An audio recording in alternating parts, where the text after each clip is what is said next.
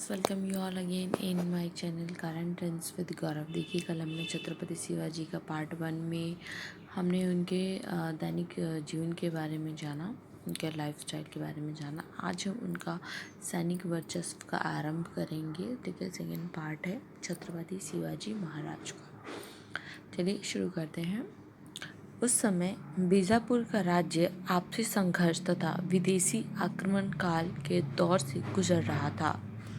ऐसे साम्राज्य के सुल्तान की सेवा करने के बदले उन्होंने मावलों को बीजापुर के खिलाफ संगठित करने लगे। मावल प्रदेश पश्चिम घाट से जुड़ा है और कोई 150 किलोमीटर लंबा और 30 किलोमीटर चौड़ा है। वे संघर्षपूर्ण जीवन व्यतीत करने के कारण कुशल योद्धा माने जाते हैं। इस प्रदेश में मराठा और सभी जाति के लोग रहते हैं। शिवाजी महाराज इन सभी जाति के लोगों को लेकर मावलों यानी मावल्ला नाम देकर सभी को संगठित किया और उनसे संपर्क कर उनके प्रदेश से परिचित हो गए थे। मावल युवकों को लाकर उन्होंने दुर्ग निर्माण का कार्य आरंभ कर दिया था। मावलों का सहयोग शिवाजी महाराज के लिए बाद में उतना ही महत्वपूर्ण साबित हुआ जितना शेरशाह सूरी के लिए अफगानों का साथ। उस समय बीजापुर आपसी संघर्ष तथा मुगलों के आक्रमण से परेशान था। बीजापुर के सुल्तान आदिल शाह ने बहुत से दुर्गों से अपनी सेना हटाकर उन्हें स्थानीय शासकों या सामंतों के हाथ सौंप दिया था। जब आदिल शाह बीमार पड़ा तो बीजापुर में अराजकता फैल गई और शिवाजी महाराज ने अवसर का लाभ उठाकर बीजापुर में प्रवेश का निर्णय लिया। शिवाजी महाराज ने इसके बाद के दिनों में बीजापुर के दुर्गों पर अधिकार करने की नीति अपनाई। सबसे पहला दुर्ग था रोहिदेश्वर का दुर्ग। चलिए अब जानते हैं दुर्गों पर नियंत्रण कैसे हुआ।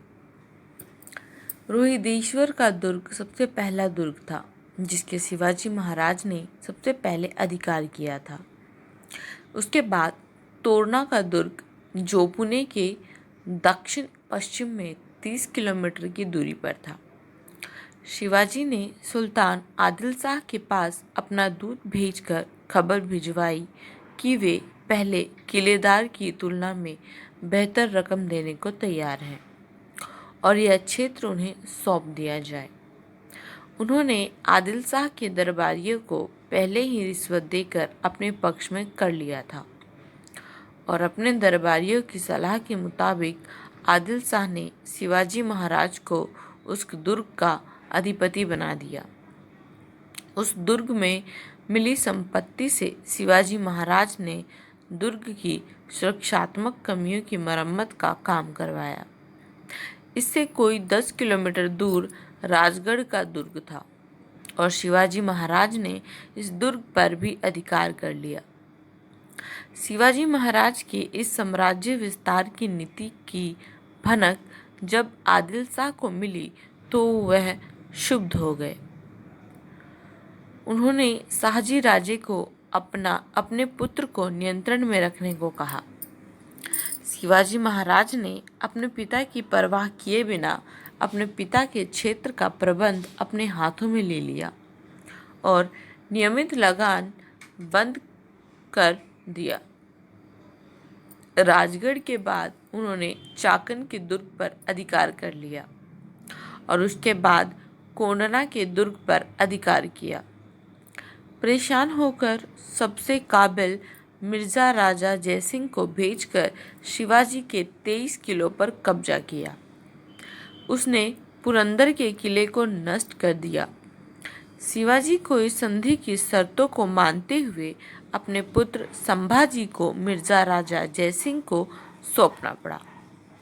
बाद में शिवाजी महाराज के मावला तानाजी मालुसरे ने कोंढाना दुर्ग पर कब्जा किया, पर उस युद्ध में वह वीरगति को प्राप्त हुआ।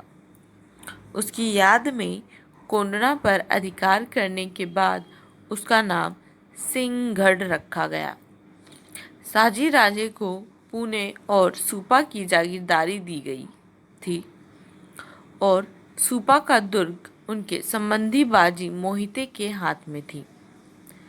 शिवाजी महाराज ने रात के समय सुपा के दुर्ग पर आक्रमण करके दुर्ग पर अधिकार कर लिया और बाजी मोहिते को शाहजी राजे के पास कर्नाटक भेज दिया। उसकी सेना का कुछ भाग भी शिवाजी महाराज की सेवा में आ गया।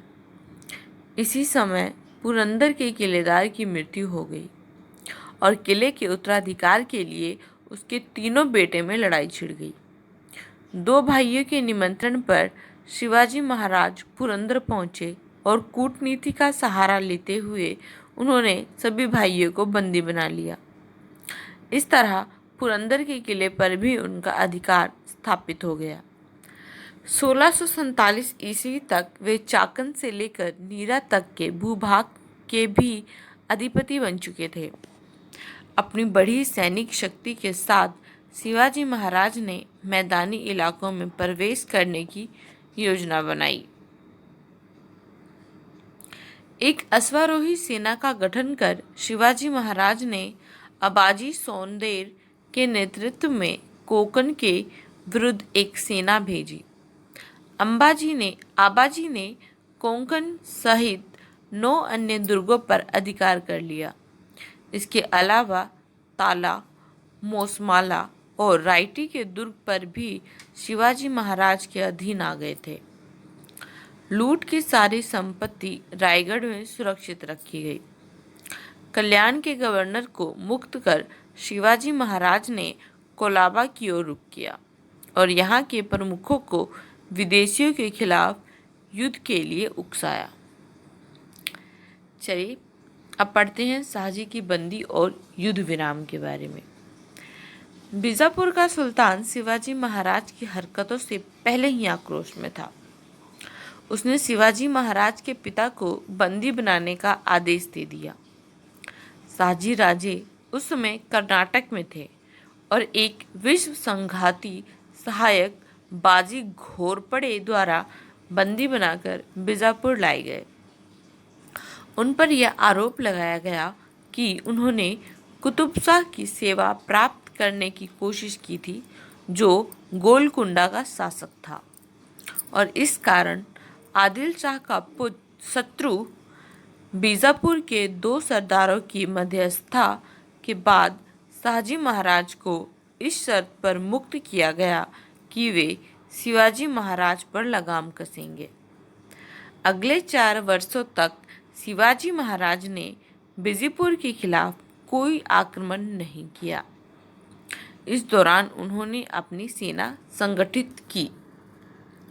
आज के पार्ट में इतना ही। नेक्स्ट पार्ट में हम पढ़ेंगे प्रभुता का विस्तार और मुगलों से किस तरीके से संघर्ष किया। इसके अलावा भी और भी पार्ट्स हैं, तो आप हमारे साथ बने रहिए, देखते रहिए करंट ट्रेंड्स विद गौरव।